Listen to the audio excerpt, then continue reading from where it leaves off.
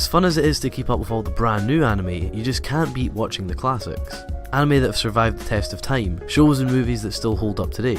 Sometimes years will go by before we get something that will really cement itself as a classic, but when they do come around, they're fantastic. Something that can not only innovate and impress in its own time but maintain a status of greatness after decades is fascinating to me. A piece of work really needs to be incredible to do this, but it's often hard to sift through decades of titles to find classics, so in this video I'm going to list 10 must-watch classics from the medium.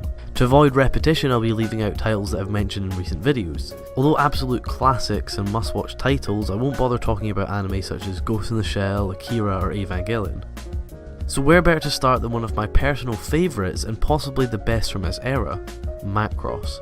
Back in the late 70s and early 80s we saw a boom in the popularity of shows like Macross. Long-running space operas or mecha shows were broadcast to a wide audience, even spreading over into the West. Unfortunately, this trend didn't create the right environment for quality. The majority of the shows created at the time were just additional content for another product, maybe a toy or a video game. So we have a lot of content but not a lot of quality. Many of the shows didn't even reach their conclusion as there was just no need. A lot of the anime this era produced was just left behind, buried in the heap of poorly made mecha series.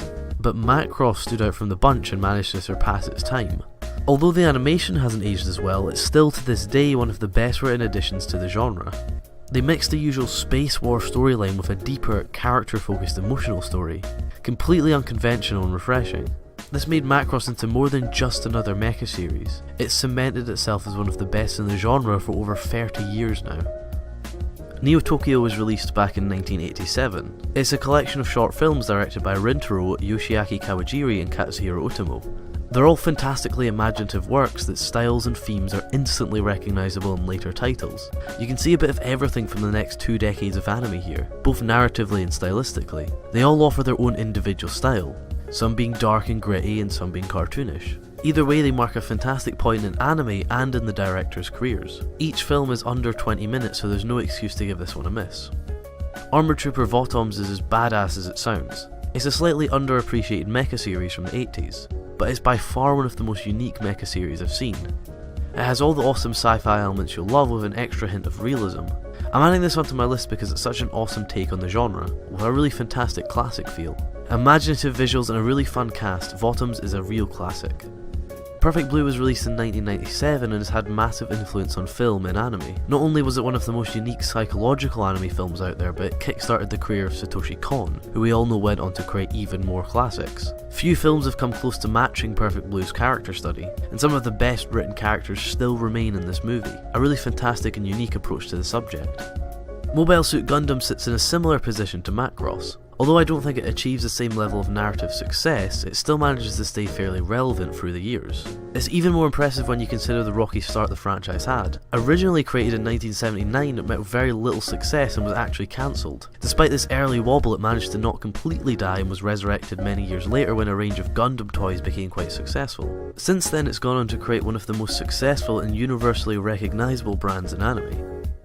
Megazone 23 is quite possibly the coolest thing to come out of Japan. It's absolutely jam-packed with everything that makes 80s anime awesome. It's got brilliant character designs, an epic cyberpunk world, a crazy plot, and of course, motorbikes. Similar to many of the other additions to this list, you'll almost immediately see the influence Megazone 23 has had on the anime that followed it. The animation has a fantastic classic look and still holds up today. The sci-fi story definitely itches that scratch that we're missing these days, and the characters have that cheeky charm that brings a really dynamic and interesting drama. Without a doubt, a real classic. Patlabor can be a daunting franchise to watch. There's a lot of different editions from different times with different staff. Although they all have their own reasons to be watched, I'm just going to be talking about Mamoru Oshii's installments.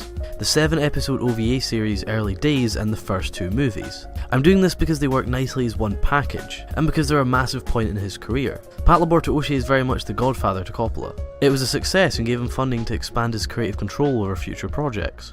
Not only this, but it contains some of his best work. The basic shell of Patlabor allows for the perfect blend of sci-fi and realistic situations, something that lends itself well to Oshii's style.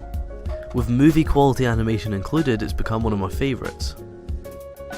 Cowboy Bebop is arguably the classic. Certainly for us in the West, it's one of the most important series. It came over after its failure in Japan in the early 2000s and was met with a very unexpected response. People loved it, but that wasn't necessarily the already existing anime fans.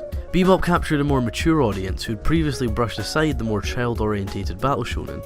Not only is it incredibly important for us, but it's bloody brilliant. It's one of the best takes on episodic storytelling, creating a completely unique style and atmosphere in every single episode. What I find so compelling about Bebop is its masterful execution of each style. It's not like they just nailed a formula and sprinkled other genres into it, they completely engrossed themselves into other styles perfectly. Cowboy Bebop is a classic that won't be forgotten anytime soon. Great Teacher Onizuka is a real gem that never really gets the credit it deserves, both critically and in its popularity. Sure, the series isn't a pioneer of the medium and there are a number of noticeable problems, but after all these years of watching hundreds of comedy anime, I've watched few that capture the charm and balance as well as Onizuka does. Very rarely does anime get silly comedy right, it always feels repetitive and dull, but that's not the case with Onizuka. The cast, the humour and the cheeky charm of the series all gel together to create a genuinely funny comedy series. When we talk about classic anime, there are few that encapsulate that phrase more than the original space battleship Yamato. It even sounds retro. I normally recommend the remake of this series since it does a fantastic job of modernising the title, but since we're talking specifically about classics, the original is completely necessary. So we all love classic anime, but what are some of your favourites that I didn't mention in the list? Go ahead and post them in the comments. There are decades and decades of hidden gems and influential series out there, the list could go on forever, but these 10 are a start. If you enjoyed this video, be sure to click the like button and share it around with your friends. You can watch more videos by clicking on the screen and subscribing. Thank you very much for watching the video.